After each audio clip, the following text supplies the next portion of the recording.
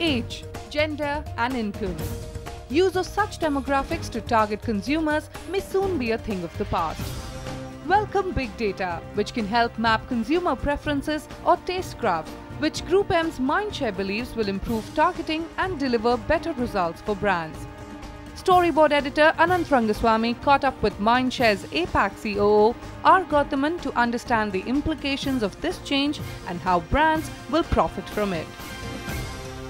Jiman, thank you for talking to us. Pleasure. So this is one big step you're going to talk to us about. So start off and let's understand what you're doing. So what I'm going to share with you is a collection of our view of the business across the whole world. And while there are different developments in different markets, from developed market to a developing market, whether it is UK or Europe or Latin America or India or Africa, there are two clear trends that is emerging out of the whole thing. As the importance of big data in real-time world of media planning. I'm coming down from big data to media planning straight down. Essentially because at a fundamental level, our belief now is that the demographic way of defining consumers itself is now losing its relevance very significantly and at a very rapid manner. Can you explain why it's losing? I'll tell you why. Because if you look at the way the demographic definition is, we invariably go down to male, female, age, income and occupation, right? So these four variables are no longer the relevant variable to target the consumer to make him buy a product, whether it is a soap or a shampoo or a television or a phone or any one of these consumer durables. Because those are now becoming such standard wallpaper definitions, it's becoming very difficult to sharply define the consumer.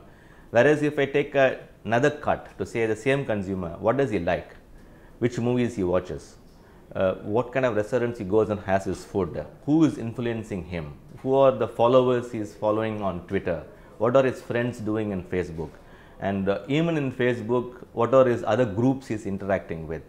Let's take the context in which he is communicating. Sometimes he says something, tweets immediately, sometimes he doesn't tweet, or even in an offline consumer, what does he do after reading a newspaper? What kind of ads he likes. So we are shifting away from those four variables, which is commonly used as standard demographics, is completely losing its relevance. And we are finding it difficult even to develop a media plan to really show its ROI, to say I've used this TG definition, I've developed a media plan, and all plans look the same set of television, same set of publications and newspapers and magazines and radio and even digital sites. We are using this same demographic definition to choose a portal or a site. It is now not showing, all our econometric analysis have shown lesser and lesser impact of this. Where if I shift the game and start communicating to my consumer basis his likes or preferences or whatever it is, we see more traction to the communication. The response from him is more measurable. I'm able to attribute return on investment in a much better manner because I'm able to understand his likes, his interest to purchase, his point of purchase behavior a lot better. So that's the fundamental shift we are taking in this. So it's interesting. You can also Google and search for the concept called as the interest graph. It's a big business now. Literally every day 5 new companies are being set up to understand the interests of the consumer. And if you look at Facebook, their customer lookalike or clones which they are creating right now is a facet of understanding the interest using a social graph. So there are many ways in which you can understand the consumer's interest, both online, offline and permission based through mobile phones and texts. So what we have done as Mindshare is to have partnered with one big data company, and through them we believe we will develop an interest graph, or what we call as taste graph. I'm going to interrupt you here. What do you think the buy-in is going to be from your clients? Because there is inertia. All of us are used to making decisions based on certain inputs for decades. Absolutely. So how does that change? In my personal experience, I've shared this idea with most of our clients in Mindshare, and all of them have shown like an aha moment when I speak to them and say, yes, I agree with you. I know what you are saying. Let's test and pilot it. So the best way to start this is to have an hypothesis.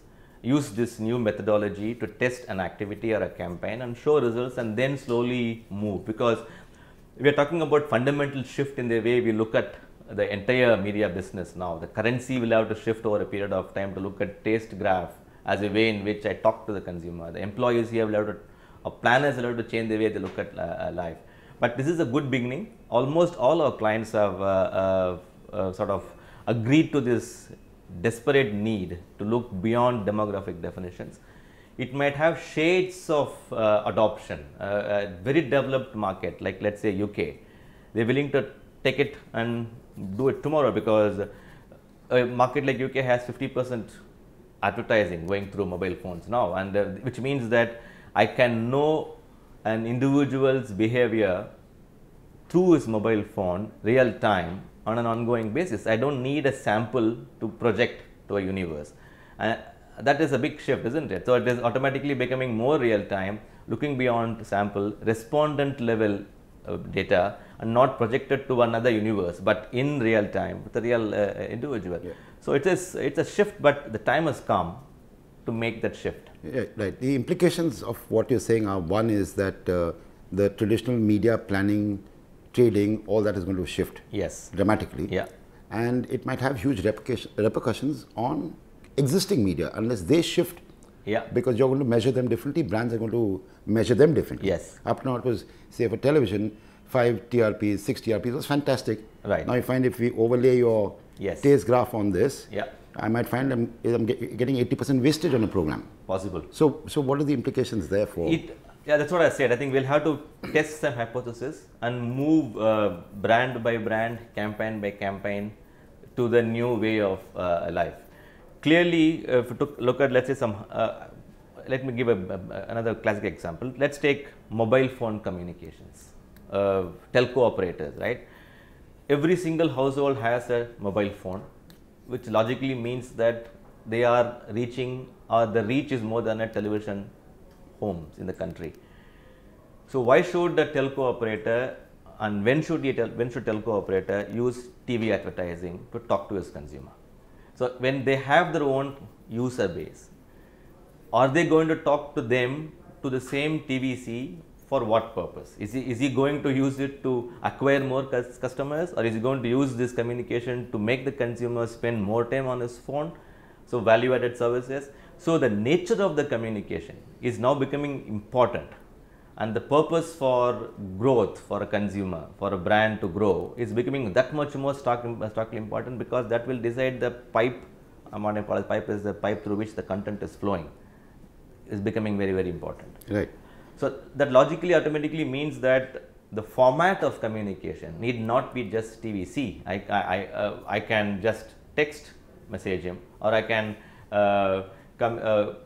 write a blog to talk to or influence him or her on a particular communication. And nowadays people are even getting into short form videos and long form videos. So it will naturally shift this kind of a new way of looking at the consumer to look at what kind of format I'm going to use to communicate as well. And so what are the broad buckets of formats that you're visualizing now? Yeah, what we are, it is another industry shift, Anant, honestly. We don't want to call it as a TVC anymore. We would rather call it as short form AV, and short form AV can be 30 seconds to a minute, to 2 minutes to 3 minutes. And therefore, logically, we also have a long form AV, which is where the music videos comes in. There used to be a time when we used to use music videos to have a way of in which we communicate brands. Texts, blogs, and for loose definition, we're calling it as posters today, which could be rich media poster or billboards or even print ads, is a way in which it's a poster communication. So at least 5 formats: text, blogs, poster, short form and long form, as 5 formats across 5 pipes. I mean, when we say pipes, we fundamentally want to shift the way the planners think as locations and occasions, and not as out of home, because out of home is a very loose definition. Sure. And it's got a lot of things that's happening there. So locations, occasions, print, radio, television and mobile as a pipe. So there are 5 or 6 pipes, 4 or 5 formats, and that's the only way we can look at the consumer and the way we can do communication planning in the future, if we have to shift out of the standard demographic definitions. It is a cathartic reformatting or reorientation of the business, but the time is right to start. We're talking about lots of changes on one side of the business. Now, what stops, again, companies like yours from reducing the publisher to CPTs and CPMs, and do you see any changes at that side? Because all this is good for you, good for the client, but for the publisher it sounds not so good. I don't think they should be. They should really be concerned about CPTs in this, because we will eventually shift towards the most valued consumers, right? So you can price it accordingly, because we are not. The moment I look beyond demographics, and let's say I'm creating a taste graph for a brand, and that gives me the most valued consumers, and I know him or her very well. So the cost of reaching them can be priced at a higher price, because he is going to be my most valued consumer. He is going to give me more consumption opportunities to sell him my high value products. So we can shift away from a standard CPT, which invariably submerges and talks this 1 billion people in the country, and it always look very small, because whatever we do divided by a billion will look very, very small. But here we are talking about core most valued consumers, and the price you pay for them will suddenly look extremely cost effective, because he is my most valued consumer. Right. Now tell me, what are the implications of what you're saying to existing yardsticks and measurement? NRS, from what I understand, loses relevance the moment you're talking taste graph. So does TAM or BARC or whatever. It will coexist for some time. Right. I mean, it's like my favorite example within my team is, it's like changing the wheels of the car when it is moving. You cannot just abandon the current car, but that doesn't mean that you know very well that 1 year, 2 years down the line, this car is going to be less relevant or less utility for me. So what we do is to, within the car, I build another car, another kind of a startup kind of a thinking to create parallel currency or an ecosystem or an operation, and over a period of time one withers away and the other one becomes more relevant. But we cannot have a finite moment. Stop this and do that, because that's not going to happen, because there is business as usual, and business will continue to happen.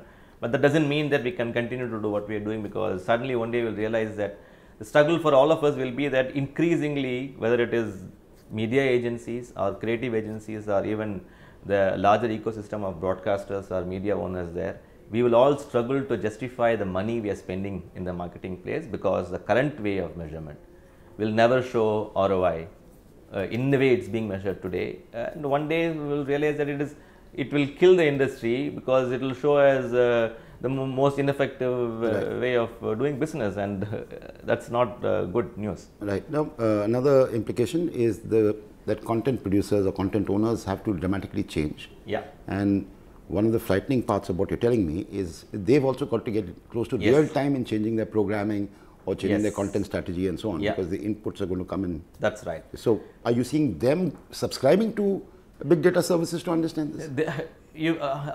All of them, if you speak to them individually, they are talking this in their own ecosystem, whether it is the broadcasters or the telco operators, and I've spoken to most of them. They are having their own big data analysis inside. Digitization is the biggest enabler in this country. I mean, it is happening in a slow manner, but in developed markets, it's already digitized, so it's easy to shift from a long form to short form and make real-time adaptation. Take the programs like House of Cards or the Game of Thrones. In developed markets, the consumer was given the choice to say, you choose the ending. If you don't like the way this program is ending, I mean, I'm giving you 4 or 5 choices in a menu card, you kill this character, you bring the other character live, because it's digitized data. So that's possible. Basis taste graph, you can choose the movie's ending the way you want it, depending upon what you want to do. So I think in India, digitization should help some of these things to happen faster. But whoever is digitized the content are already talking this language of how can I use the power of big data to sort of mine my consumers' interests much better to distribute content in different formats. Now, who picks up the bill for this investment in big data, in your insights? Somebody's going to pay the bill. So yes, it will at some point of time will have to get into the overall marketing investments, because what happens is we invariably look at this as media investment, and the share of insights gets into the percentage of media money is being put in the marketplace. But if you look at the overall marketing communication and marketing insight, there is a larger investments the companies are doing. There is enterprise data available within each of the company organizations. Each company have their own CMI or insights team. They make their own investments in distribution. This plays a much larger role across the entire marketing ecosystem, because now we're talking about e-commerce coming into the system in the same way, because in a real-time online world, through the mobile phone, if I know the consumer very well, I'm addressing and communication to him in this particular location or in this particular occasion, and he can buy online or transact online.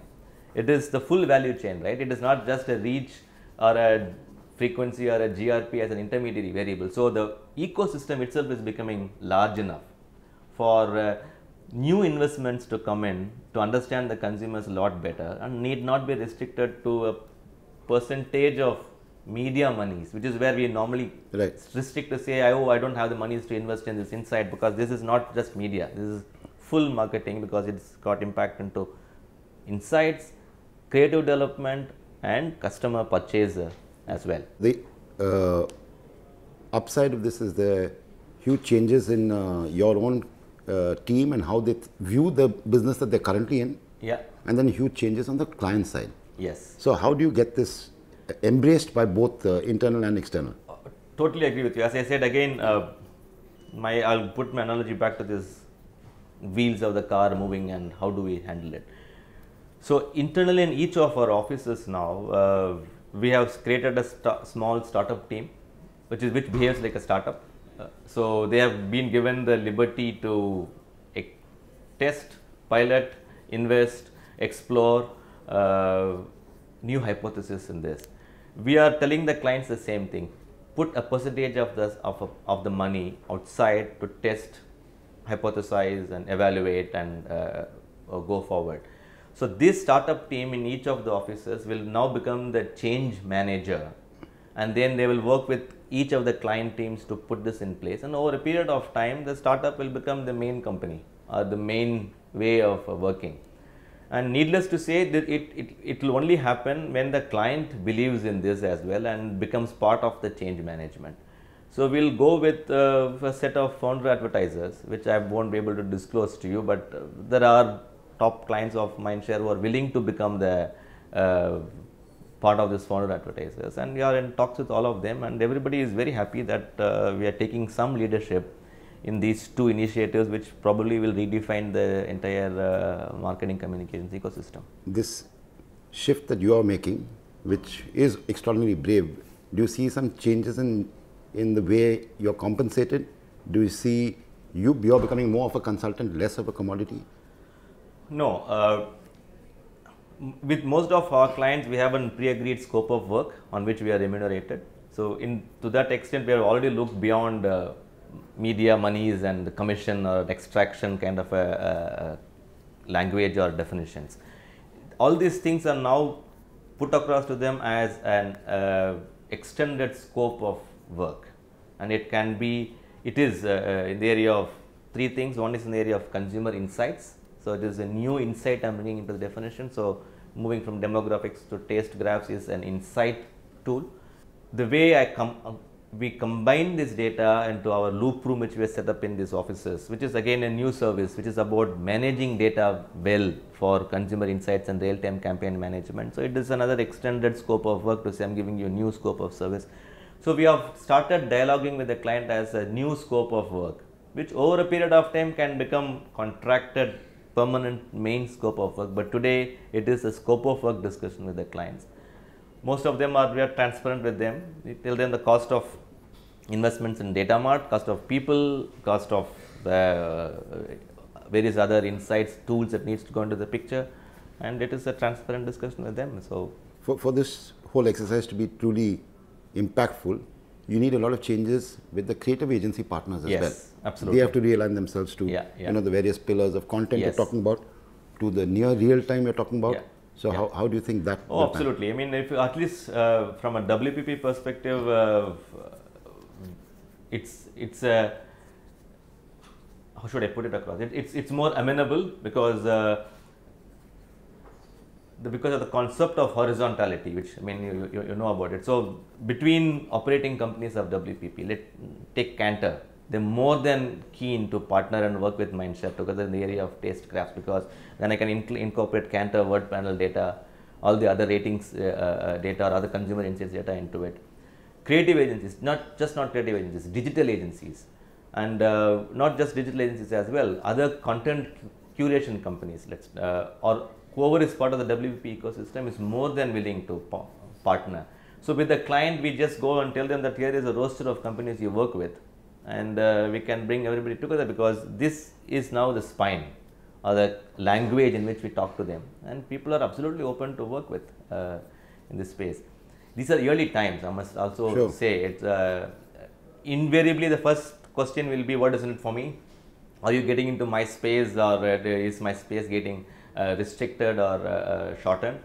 But when we look at the full picture, I don't think anybody is worried. Everybody is like saying the same thing. Yeah, I mean, this has to change and this has to be redefined, and we have to work with it. I don't think I have that much of a clear answer to say, yes, I have got the silver bullet to solve this problem, but whomever we have spoken to, there's nobody who says no to this. Right. Final question. If I had to give you an opportunity to make a pitch to a client talking about this new development, and you do it in less than a minute, what would you say to him? Good question. So I would say two lines. One is to say that at the fundamental level, that targeting consumers on the back of demographics is not going to be relevant in the future. So we need to look at new ways of targeting consumers, and one way is to use this taste graph or the interest graph, and this will logically lead to multi-screen, multi-format communications plan to be developed. So we will give you the best insight and best communications plan, which can be really quantified and attributed for your success. And that's the way I will put it across. I hope you did a good job. Thank you. Thank you so much, Gowthaman. Thank you. Thank you.